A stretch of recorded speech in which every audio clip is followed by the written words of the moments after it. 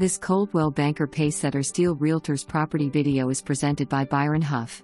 This well-maintained home sits on approximately 10 acres. It has recently been repainted inside and new carpet will soon be installed. It has a very nice open concept with an additional space that can be used for a dining room or a great office space. The property is fenced. There is a long shed at the back of the property that was used for dog kennels. The building will stay but the kennels will be removed.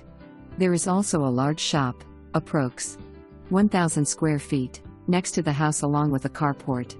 This property is on the corner of FM 1540 and CR 367, giving it great access from either road.